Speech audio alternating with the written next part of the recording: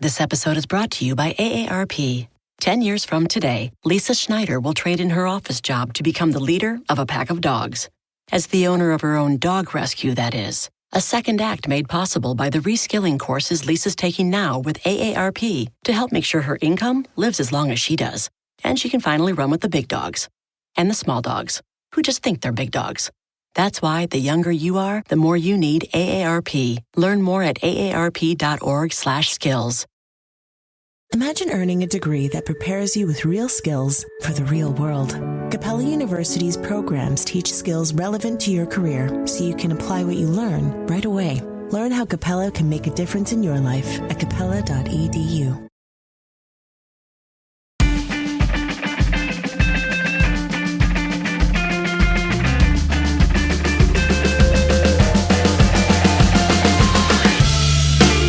Welcome to the Media Roundtable Special Edition, where we dive into the secrets of audio advertising and provide our perspective on industry topics, all in service of the marketers responsible for the success of their audio program. We call them the Chief Audio Officers. I'm your host, James Ingrassia. I'm EVP of Client Service here at Oxford Road. And today we have a very special treat. This past July, we gathered 50 of the top brands together in Los Angeles to join us at our second annual Chief Audio Officer Summit. If you've been listening or maybe watching this podcast for the past few weeks, you've been treated to some of the content that we presented on stage that day. And today, we're looking back at the panel that I moderated called Audio's Role in the Marketing Mix. I was joined on stage by some of the smartest marketers in the business, including Alexis Gossard from Bayer, Ethan Shibutani from DraftKings, Steve Blackford from Norton LifeLock, and Thilert from Shopify. When I look back at our panel, I couldn't have wished for a more wide-ranging group of brands to be on stage that day. And if you really think about it, there was no overlap in any of their business categories, which spanned identity theft prevention, pharmaceutical, e-commerce, and even sports betting. It really allowed for some insightful and very different opinions about how audio has a role in their individual marketing mixes. Well, that's enough teasing. Let's hop into it.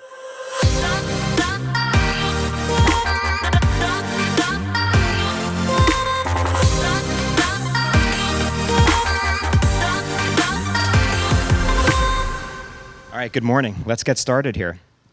My name is James Ingrassia. I am EVP of Client Service here of Oxford Road. Welcome to the Audio's Role in the Marketing Mix panel. I'm joined on stage by four incredible CAOs from four very different brand categories that should allow for some very diverse POVs. Let's start with some intros. I will let you introduce yourself, but please tell us your name, the channels you represent, and what the first CD, vinyl, 8-track, tape you bought was, since we're at an audio summit here. So, Steve, we'll start with you. Hi, I'm Steve Blackford. I run acquisition at LifeLock, so oversee all marketing channels, including audio. Probably the first CD was Offspring, I think.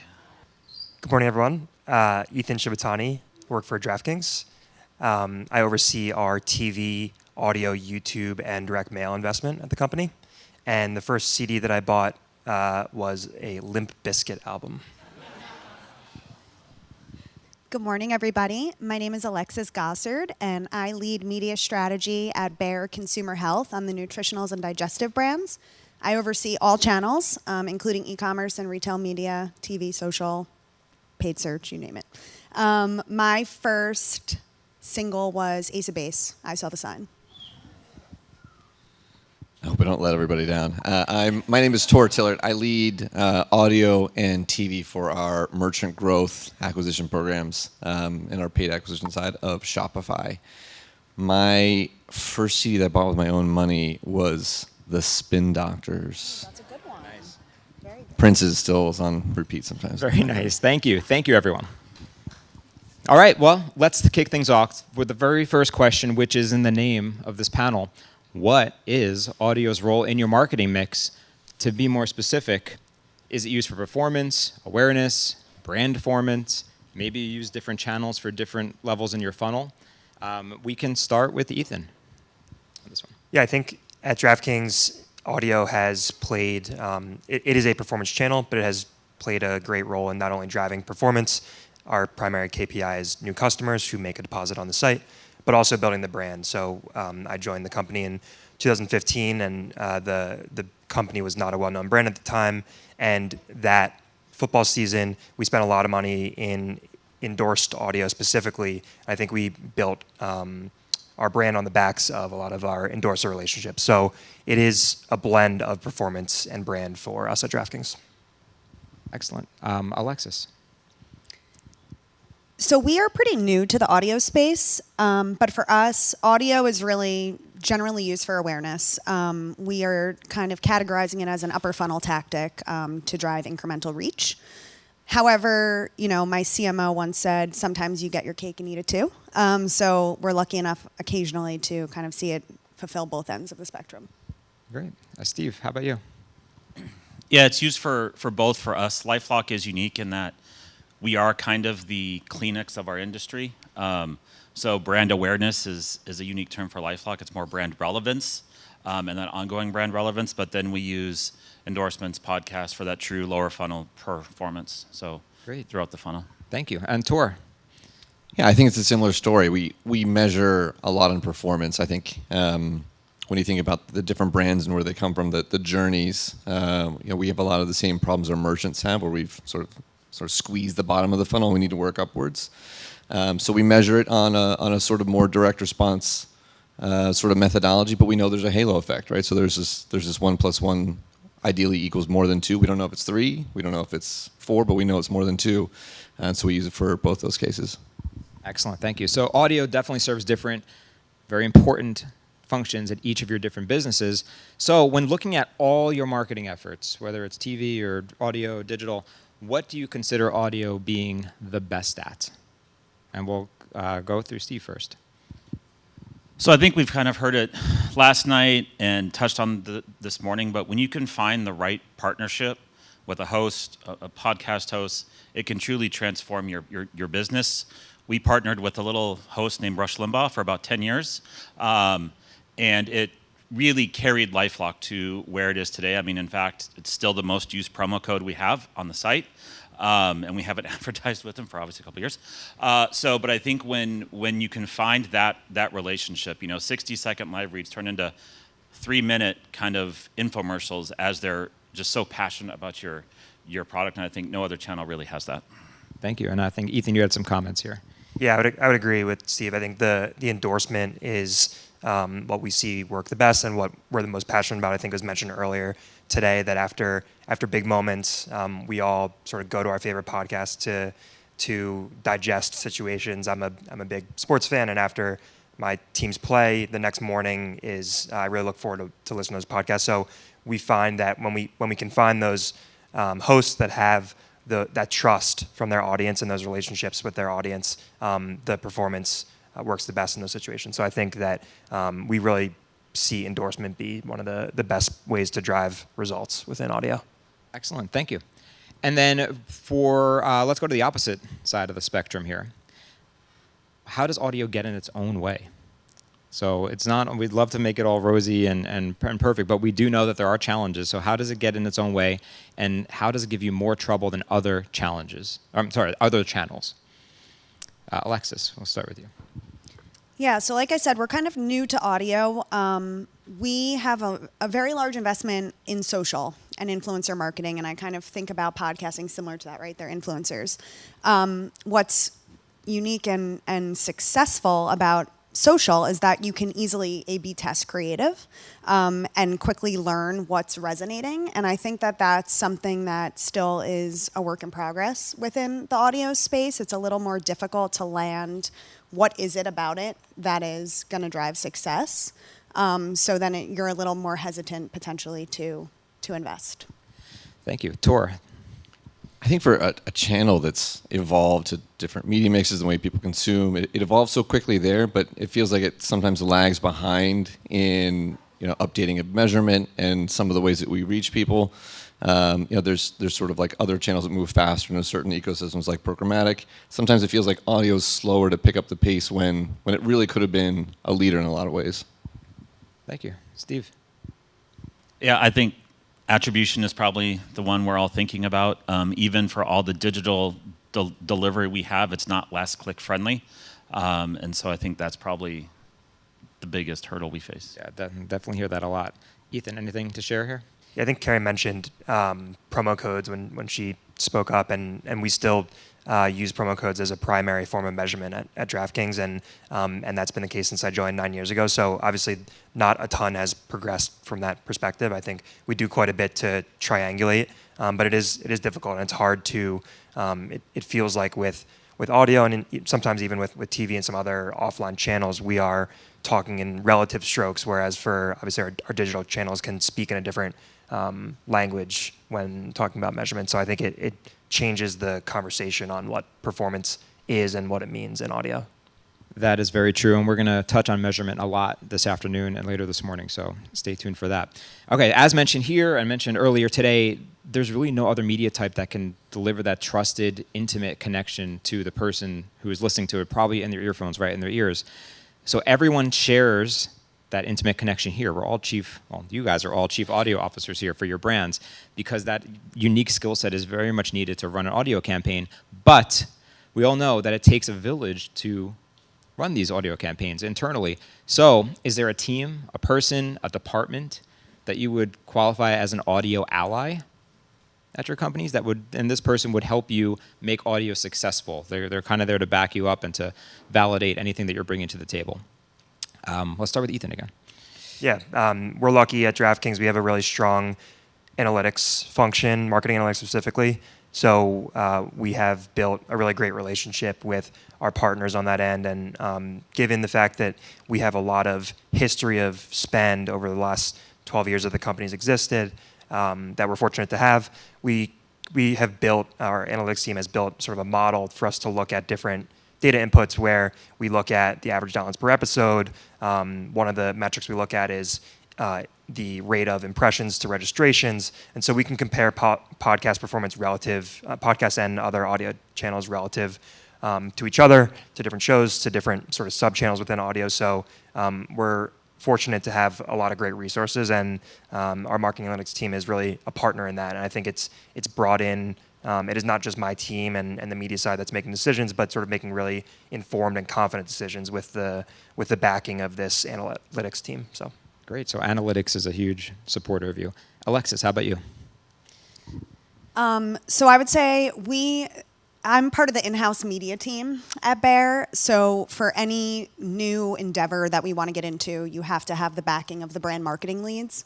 They're kind of your first kind of stake in the ground. But then from there's a million cross-functional stakeholders that need to buy in. So I'm always like, come to Bayer where there's a lot of cooks in the kitchen. So you need to have advanced analytics. You need to have finance on board. Everyone needs to get behind any new test and learn opportunity in order to kind of be able to scale it. But it really does start with the brand marketers who know their businesses, their target audiences the best. So we have brand marketers, we have analysts. Tor, how about you? I think you need those internal teams to make it work, right? Like you're not going to get these programs off the ground and measure them. I think what's interesting about the audio space is when you have an executive team that loves their podcasts, right? And it sort of becomes part of that culture. It used to be a book club at Shopify. I think there's almost now like a podcast club. Having those executives like hear your brand on there and get excited about it and know that they can hear we're doing a good job. They can hear that we're picking relevant podcasts. We're doing what we should be doing to make this work. That goes a long way when you have measurement bumps on the road, when you have trends, you're trying new experiments. Just having that buy-in from that team, it makes it so everyone underneath can do what they do best without so much of that swirl. Got it. So again, executives, brand leaders, analysts. Steve, how about you? Well, I guess I'm kind of lucky that I run everything, so me. You're your own ally? But, we have an internal team. We work with agencies, but also we spend a lot in linear TV, so I think that's the big elephant in the room for our executives. So audio can kind of fly under the radar, but yeah, it takes a village from the brand marketers with the creating to the analytics to read it, so. Okay, 4 different answers. That's great. Okay, so it does take a village to grow and foster audio. Once you all come together with your various allies internally and you come up with that strategy, what are other hurdles that are meant to unlock budgets? So we know that it's not infinite. Budgets have to work and you got to move things around. With podcasting and audio arguably being less sexier than digital video and social, what hurdles do you see to unlock those budgets? And Alexis, let's start with you. Sure. So since audio is a test and learn platform for us, the challenge is that we bucket it as upper funnel, and it's supposed to be an awareness-led tactic, but at the end of the day, everything we do is tied to a multi-touch attribution ROI. So the first way in order to continue to grow a budget is to prove that it's successful, and then you can scale it. So if we're not seeing both the awareness uptick and also some ROI attribution or a positive ROI, then it's very difficult to get people to want to invest further. And so when you're, a publicly traded company and you have shareholders who require certain things of you, that is something that we're constantly kind of held to the fire against, and that makes it difficult to scale. Great. Tor, how about you? Any hurdles that you see about unlocking audio budget? Yeah, it's there's so many different aspects of audio, and just because you figured out one doesn't mean everything's immediately replicable on the other, right? And so you almost have to start from scratch every time you move to a different medium inside of there, like radio, streaming, podcast. And I think that difficulty doesn't always make it, that message doesn't always make it all the way to that favorite C-suite answer of mine, but so in a lot of cases, especially when you're in a growth team, like you're getting pushed to move faster and faster, I think that's the pressure sometimes, is you need some pieces to be in place before you can make that next leap, and sometimes it might not always be understood. Got it. And Steve, how about you? Yeah, so I think, again, being in the unique position of overseeing the entire budget, I would encourage the conversation to be switched from how do I prove audio should take more credit for what I'm already doing to how does audio drive the overall growth of everything, right? Because ultimately, that's what the senior leadership wants. They don't really care if it's TV or radio or search. They want the total business to grow. And that, I think, kind of helps frame not just, I just want to take credit for, we're all fighting over the same person, but how do I go get 10 more people, 15 more people, 20 more people, which is what drives the overall business up. Got it. Those are great. Thank you. So let's stay on the topic of digital video and social for a minute. Podcasting has come a very long way. So we're going to take a little video tour here to the grainiest video I can find on the internet. 20 years ago, 2005, this is Steve Jobs introducing podcasting.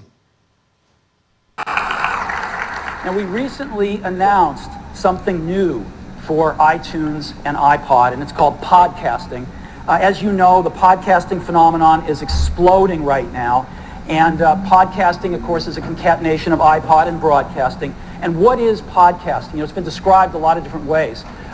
One way has been TiVo for radio. You can download radio shows and listen to them on your computer or put them on your iPod anytime you want. So it's just like television programs on TiVo. And that's true. Another way it's been described is Wayne's World for radio, which means that anyone without much capital investment can make a podcast, put it on a server, and get a worldwide audience for their radio show. And that's true too. We see it as the hottest thing going in radio, hotter than anything else in radio. So, come a long way. Let's, a lot of radio in there, and a tie back to Wayne's World from last night. So the Oxford Dictionary actually defines a podcast as a radio program that's stored in digital form that you can download from the internet and play on a computer or a cell phone, which is in line with what Steve said. But we're 2 decades since then, and so there's no more TiVo for radio or anything like that. So 2 decades since then, podcast has veered very much from it. In fact, just last week, I believe, Edison Research put out a study. 79% of weekly podcast listeners consumed it on a video podcast, and 72% of them actively did. So they're actually watching this podcast. Very, very interesting there. I know we have some headlines here. You can see them here. It's dominating the headlines, from Forbes to our friends here at Spotify. Have 250,000 video podcasts on the Spotify platform here. Forbes is writing about it. The Mad Libs of this headline, Khloe Kardashian to launch video podcast on X. There's not even a mention of audio in there.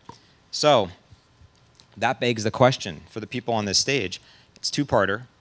How do you define what a podcast is? And with the rise of video and social and X and all those things be considered podcast, how does that blur the lines when you try to get audio-specific budgets?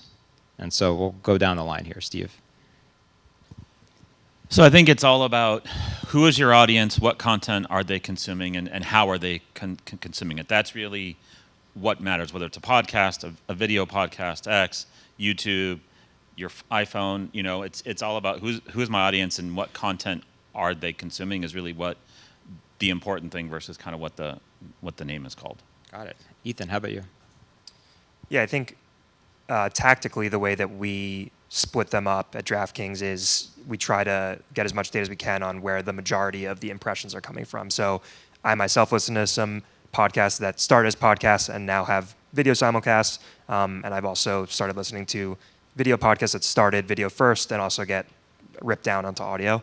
So the teams are actually separate at DraftKings, and we look at where are the majority of the impressions being driven from to determine sort of who is paying for that placement. But it is a very collaborative process. And I think, as Steve said, what matters is these are shows that have audiences, and so long as the show and the audience fits and you can find your demo within that, we don't discriminate too much. They're just sort of rules of engagement.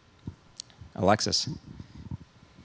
I would say for us, so we are really working towards having balanced media plan approaches, so really balancing between upper and lower funnel.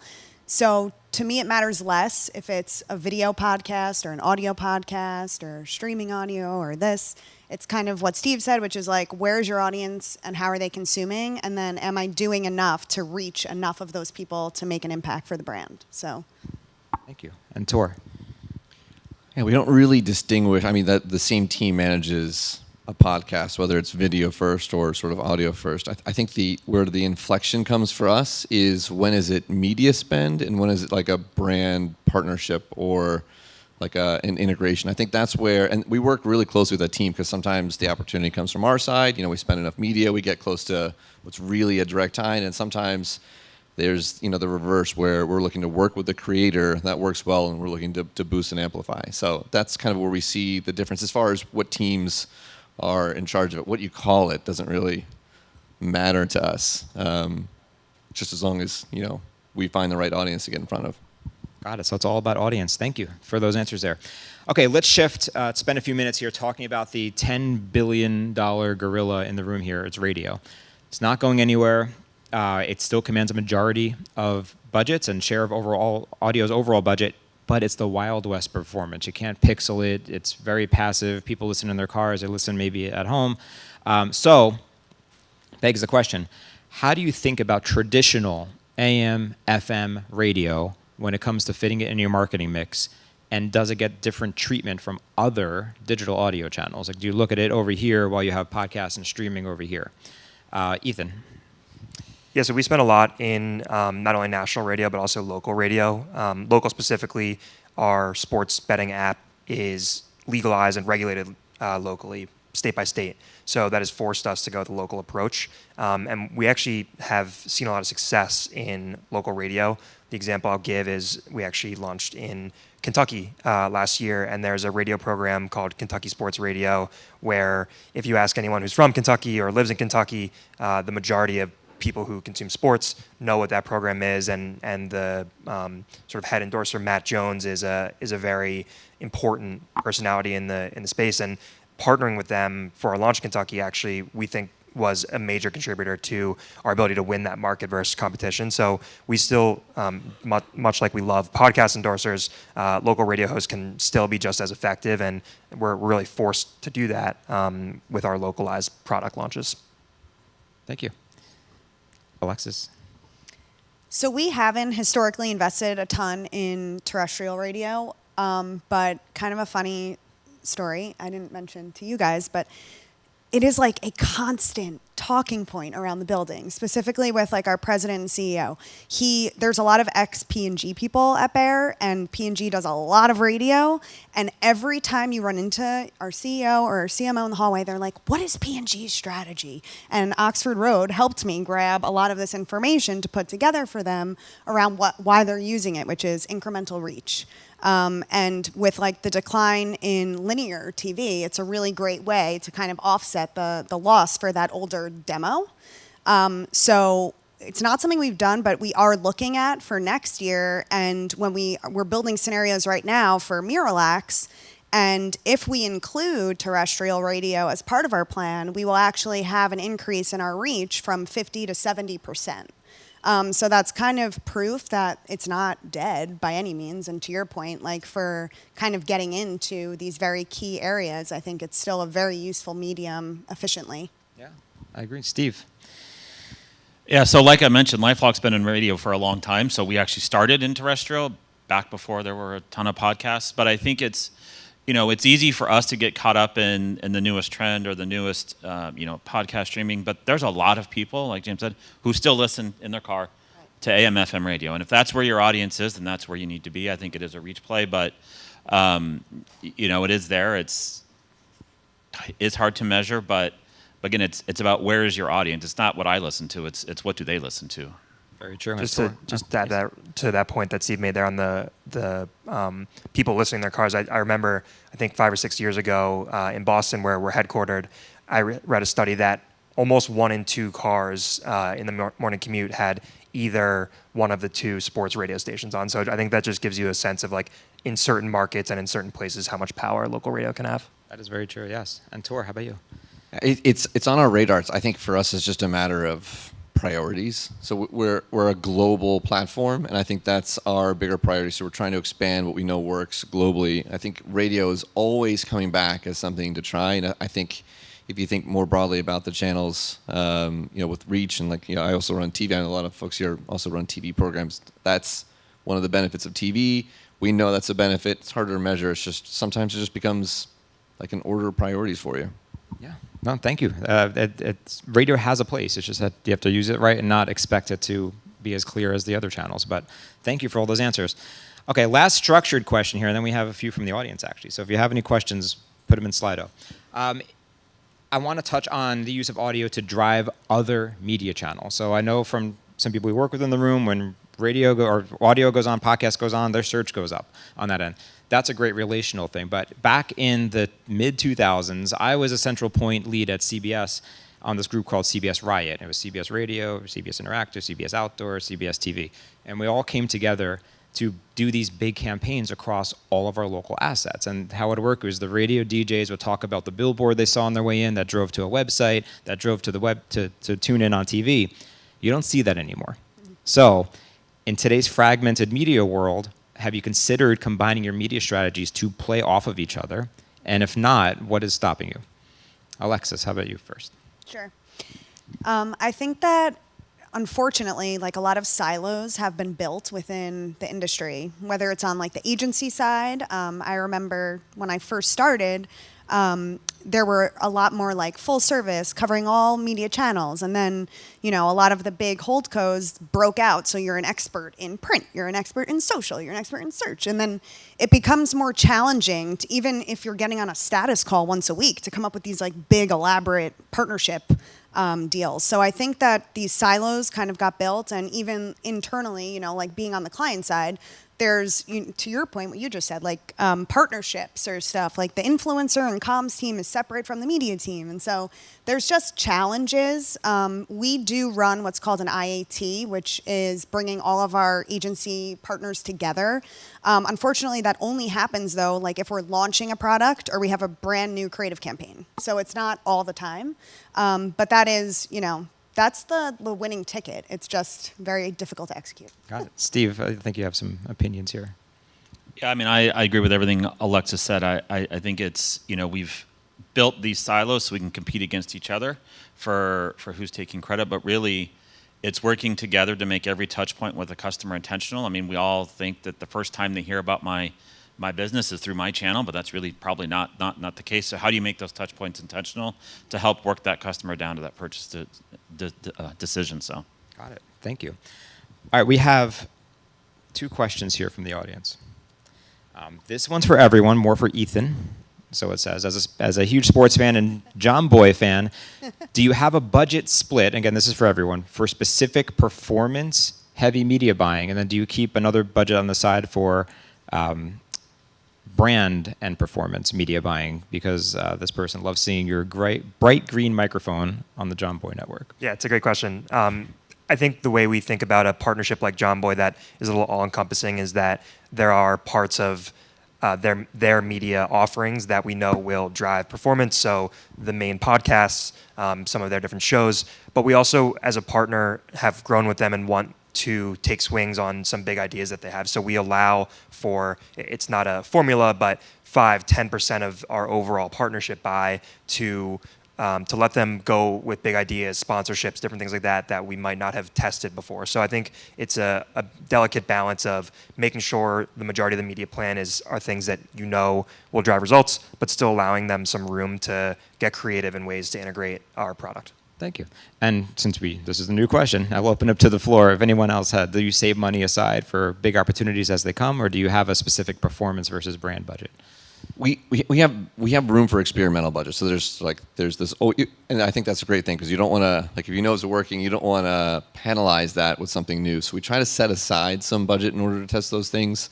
It's a collaboration with other channels. We look at the priority, we look at the opportunities, but there always should be room for experimentation, because as soon as you're finished with that, like the channel's going to leave you behind. Yeah, I mean, we try to live by a 70-20-10 rule. 70 performance, 20's probably going to work, and then 10% is experimental. Anyone else on that question? No? Okay, one last question here from the audience is, how did audio originally become part of your marketing mix? Where did it all start from? I think you mentioned a little before with Rush, but is that the origin story? Yeah, I mean, they were on radio long before I joined the company, but I think that was how we got it out, was key partnerships. A lot of, you all know LifeLock, you probably all know the commercial with somebody driving around with the number on the truck. I don't want to say specifically, I might get in trouble, but right. So that just helped build. We found those partnerships, and again, it's transformational. So I think it just always maintained itself. It was so clear that Rush was a big driver of our business that nobody actually ever argued it, because promo code, right? But it was the most used promo code we ever had. So there really was no arguing. You're still seeing that promo code. Still seeing. Anyone else? How did audio get into your mix? I'll just say quickly, I think in the sort of early days of DraftKings, audio was a little bit easier to spin up and execute than linear TV, for example. That there's not the production dollars associated with creating a spot to run on TV. So there was a lot of testing early days in terrestrial radio and podcast, because all you needed was a script and a call with the endorser to kick things off. So I think that's sort of how audio proved itself at DraftKings, at least. Great, thank you. Any comments from Alexis, Tor? Hey, for us, audio, like the offline, I think there was an acceptance that there was a huge hole in the marketing mix, especially like trying to drive. Even though we use a lower funnel, mid funnel measurement, like we know that going up into the top helps to push things down. I think audio, TV, direct. There's a whole world of sort of offline. Sometimes that becomes its own group, right? That's kind of where we started to realize there was a big gap we needed to fill, and that was the entry point. It was almost like who got hired first to like start up the different teams. Thank you. And then one more question. I'm picking one more because they're all coming in now. And anyone can answer, and this will be pretty rapid fire here, but how long do you give new tests before determining if they will make it into your core budgets? It depends. If it really isn't doing well, there's no need to try again. But I think if we see opportunity, or there's glimpses of, hey, it might work here, or this is kind of working, can we tweak it? Then we'll do that. I'm interested in scale. I want the $500,000 idea, the $1 million idea, not $10,000 idea. So, we do give those bigger tests longer to kind of mature, because I want to find that scalable opportunity. We know pretty quickly. We do most of our testing at the beginning of the football season and during the Super Bowl. So if it's not working during those periods where we know the business is the best, then we know there's likely not a fit with that audience. As soon as we get some measurement, basically. No, makes sense. Yeah, there's like a stat sig, right? If you get that, then great. If you don't get it, I think one thing you always you want to be the best. You want to be skeptical of your own program, right? And so if it seems too good to be true, you need to look into that. But also, if it fails miserably when you thought it should work, there is usually, with some time, to come back around to an idea too. Sometimes is worth doing. That is true. All right. Well, thank you, Steve, Ethan, Alexis, Tor, for joining us on stage to share their POVs on audio's role on the marketing mix. A huge thank you goes out to our wonderful panelists once again, Alexis, from Bayer, Ethan from DraftKings, Steve from Norton LifeLock, and Tor from Shopify. We at Oxford Road also want to thank all of our wonderful sponsors and partners of the CAO Summit, including Spotify, Seeker, SiriusXM, QCode, Odyssey, PMM, and so many others. Thank you for joining the Media Roundtable. This podcast is brought to you by Oxford Road, where we want you to succeed in audio and use your influence for good. As members of the marketing community, we have the power to advance voices that don't just entertain, but edify, to build bridges across differences and preserve fair-minded discussion around the most important topics of our age. If you're a marketer looking to align your brand values with extraordinary business outcomes, reach out to our agency, Oxford Road, by visiting oxfordroad.com or subscribing to our weekly newsletter, The Influencer. We'd really love to hear from you. And if you have any feedback or suggestions, don't hesitate to reach out to us using the email address info@mediaroundtable.com.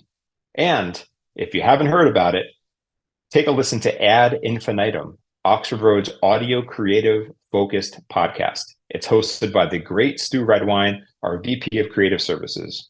You can start back at episode 1 to get a really clear understanding of what makes audio ads work and how they can work better. Each episode breaks down a real recent audio ad from a top spender across podcast, radio streaming, and even SiriusXM. Some episodes have featured guests like Amanda DeMarco from Veritonic, Dallas Taylor from 20,000 Hertz, and Richard Schotten, the author of The Choice Factory. Season 2 of Ad Infinitum is underway now, wherever you get your podcasts. Lastly, thank you to our guests, and to Haley, Kyle, Ezra, Mary Jane, Bianca, Everett, Neil, and the entire team at Podcast One. And as always, influence responsibly.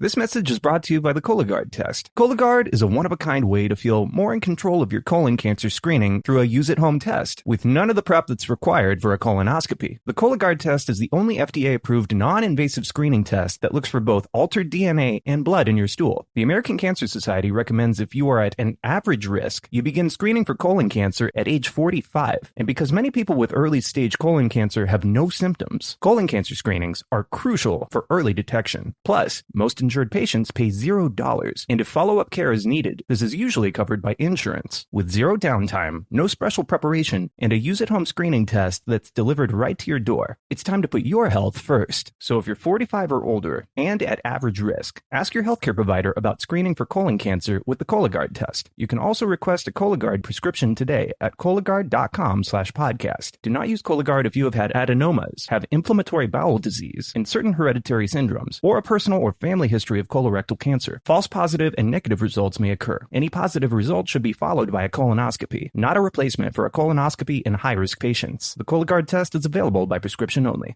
Imagine earning a degree that prepares you with real skills for the real world.